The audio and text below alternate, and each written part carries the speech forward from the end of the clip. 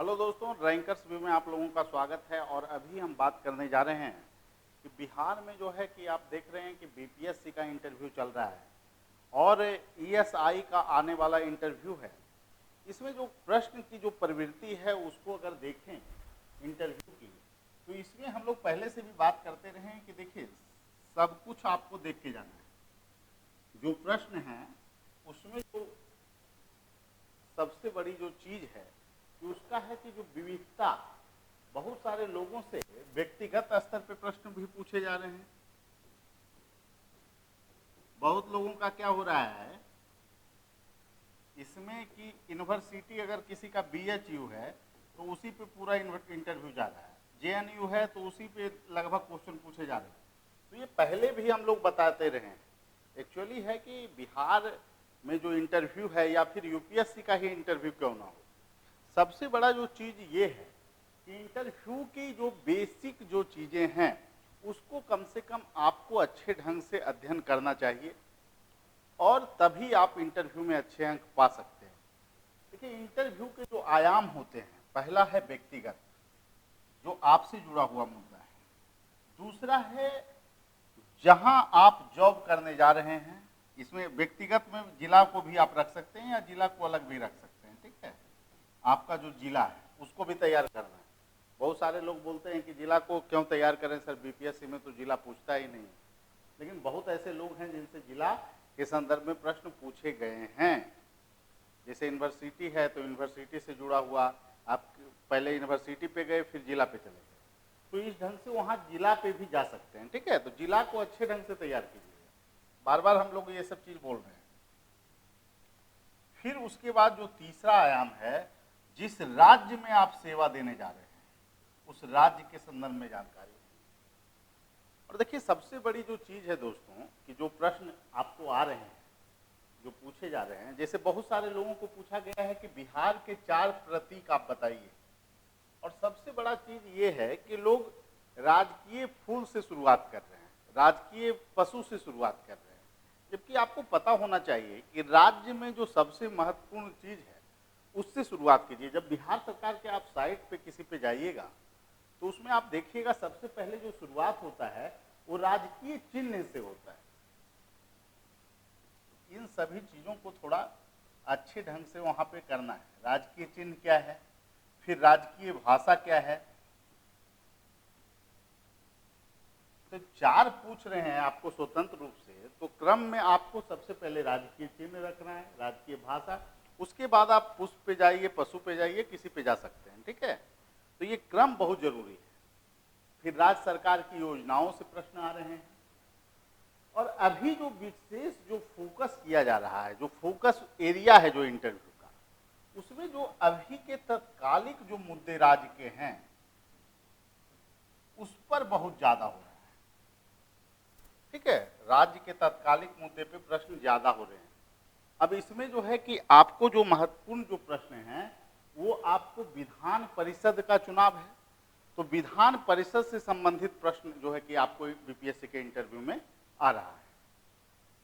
विधान परिषद में टोटल सदस्य कितने हैं, विधानसभा से कितने चुन कर जाते हैं, जो स्नातक स्तर के हैं वो कितने चुन के जाते हैं, फिर उसमें जो है कि शिक्षकों के द्वारा कितने चुने जाते हैं, राज्यपाल के द्वारा कितने मनोनीत किए जाते हैं।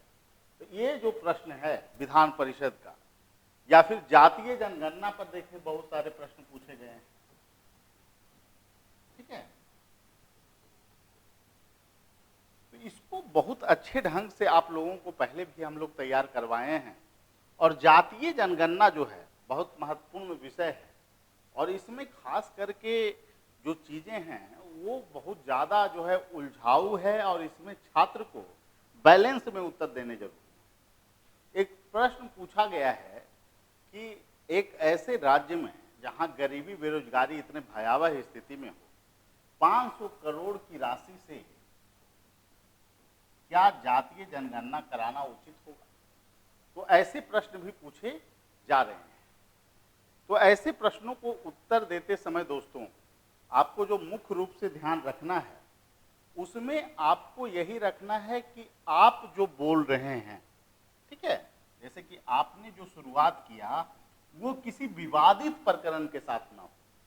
जैसे कि आप ये ना बोलें कि जातीय जनगणना से जो है आरक्षण से जोड़कर जुड़ाव आप बता दें, नहीं, आपको बताना है कि जातीय जनगणना जो हो रही है वो इससे सभी जातियों की आर्थिक स्थिति का पता चलेगा, उनकी सामाजिक स्थिति का भी पता चलेगा, और इससे हम फिर क्या करेंगे, सरकार की योजनाओं का पहुंच उन समुदायों तक स्थापित करने का प्रयास करेंगे जो अभी तक मुख्यधारा में नहीं जुड़ पाए हैं। तो ये बेहतर आंसर इसका हो सकता है। फिर आपसे प्रश्न किया जा सकता है कि अगर इतना ही महत्वपूर्ण जातीय जनगणना है तो अन्य राज्य इसे क्यों नहीं करा रहे। अगर ऐसे प्रश्न आपको पूछे जाते हैं तो इसमें आपको बोलना यही है कि सर ये राज्य सरकार का अपना निर्णय है, ठीक है, इसमें कुछ अलग से आप हस्तक्षेप नहीं कीजिएगा, इसमें यही बोलना है कि राज्य सरकार के अपने निर्णय। एक प्रश्न ये भी पूछा जा सकता है कि क्या कोई ऐसा राज्य है जिसने जातीय जनगणना कराया हो, तो पहले आपको पता होगा कि कर्नाटक ने जातीय जनगणना कराया था, ठीक है। तो ये सभी आपको चीजें दिमाग में होनी चाहिए। और प्रश्न आपको जातीय जनगणना से पूछा जा सकता है कि जातीय जनगणना को लेकर क्या आशंकाएं हैं या फिर क्या इसका राजनीतिक नुकसान नहीं हो सकता है। तो ऐसे प्रश्न आपको अगर पूछे जाएं, बिल्कुल इसका जवाब अच्छे ढंग से दें। अब बोलिएगा कि अभी जो सर वर्तमान जो स्थितियां हैं उसमें सर लोग ज़्यादातर जो वोट करते हैं वो विकास के मुद्दों को प्राथमिकता देते हैं, आधारभूत सुविधाओं पर विशेष फोकस होता है लोगों, इसलिए जाति जो विषय है सर वो गौण मुद्दे हो चुके हैं और इसका कोई विशेष प्रभाव पड़ने की आशंका बहुत कम है। बहुत ही सुलझे ढंग से आपको उत्तर देना है। बहुत सारा चीज यूपी में हो रहा है, आप देख ही रहे हैं, क्वेश्चन लगातार पूछे जा रहे हैं मस्जिद वाले प्रकरण पे। बहुत सारे लोग हिंदू मुस्लिम उसमें करने लगते हैं, बेवजह हिंदू मुस्लिम क्यों करना है। अगर आपको प्रश्न पूछा है कि बहुत भारत में ऐसा देखा जाता है कि बहुत सारे ऐसे जगह जहाँ पर मस्जिद हैं उसके अंदर मंदिर मिलते हैं, ऐसा क्यों नहीं होता कि जहाँ मंदिर हो उसके अंदर मस्जिद मिले।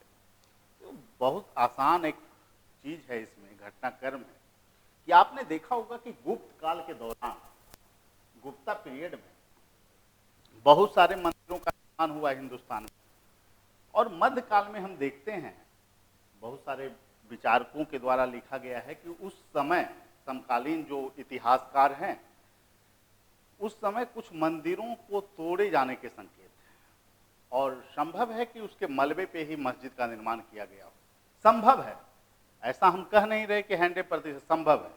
इसके बाद वो हो सकता है आपसे 2-3 फैक्ट पूछ लें कि आप 2-3 मंदिर का नाम बताइए जहां तोड़कर मस्जिद का निर्माण किया गया हो, तो इसके संदर्भ में आप बता सकते हैं।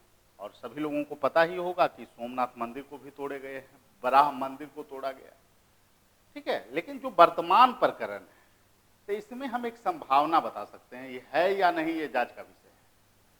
तो बहुत सुलझे ढंग से इंटरव्यू देना है, इंटरव्यू में ऐसे ही अंक नहीं मिलते, और लगातार रैंकर्स व्यू जो 2 बार टॉपर देने वाली संस्थान है बीपीएससी में, और आज तो राष्ट्रीय लेवल पे जहां भी पीसीएस का एग्जाम हो रहा है हम लोगों से प्रशिक्षण लेने के लिए लोग जुड़ते हैं, क्योंकि इंटरव्यू बिल्कुल अलग चीज है दोस्तों।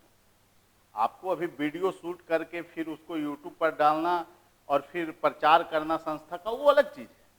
आपको समझाना, आप में जो है कि एडमिनिस्ट्रेटिव स्किल विकसित करना, ये दोनों अलग पहलू हैं, और इसके लिए हम लोग लगातार प्रयासरत, लगातार चीजों पे काम कर रहे हैं। रूस यूक्रेन मुद्दा, जो इसके बाद जो अब देखें राज्य के मुद्दे के बाद अंतर्राष्ट्रीय मुद्दे महत्वपूर्ण कौन कौन है,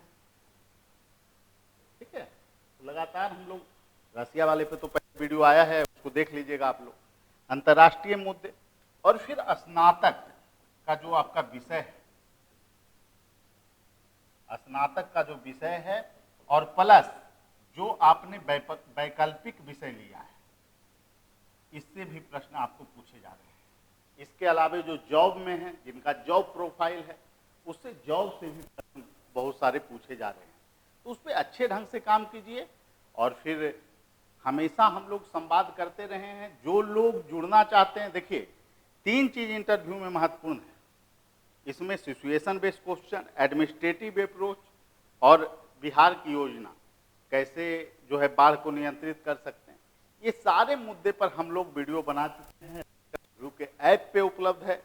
जिन लोगों को हम लोगों के कार्यक्रम से जुड़ना है वो लोग हमारे फ़ोन नंबर 7004291557 पे कॉल कर सकते हैं, ठीक है। जिनको भी जुड़ना है जुड़ सकते हैं, चाहे वो बीपीएससी के छात्र हों या फिर ईएसआई के छात्र। लोग पूरे अप्रोच पे तैयारी कराते हैं दोस्तों। ऐसा नहीं है कि आप कैमरा लगा लिए, वीडियो बना लिए और उसमें डाल रहे हैं कि सिलेक्शन जिसका भी हो हम टॉपर ही साबित कर रहे हैं सभी। ये चीज़ें जो है ठीक है, चकाचौंध की दुनिया है, कोई भी कुछ भी ऐड डाल रहा है, वो अलग चीज़ें हैं, लेकिन आपको ये तय करना है कि आपकी सफलता में निर्णायक भूमिका कौन अदा कर सकता है। और इंटरव्यू का रोल काफ़ी महत्वपूर्ण है, जिससे आप इनकार नहीं कर सकते, चाहे वो बीपीएससी हो या पीएसआई हो। तो ठीक है, आप लोग लगातार अच्छे ढंग से तैयारी करते रहें और आपकी सफलता मिले, इसी आशा और अपेक्षा के साथ सभी को शुभकामना। फिर अगले वीडियो में मिलेंगे। Thank you.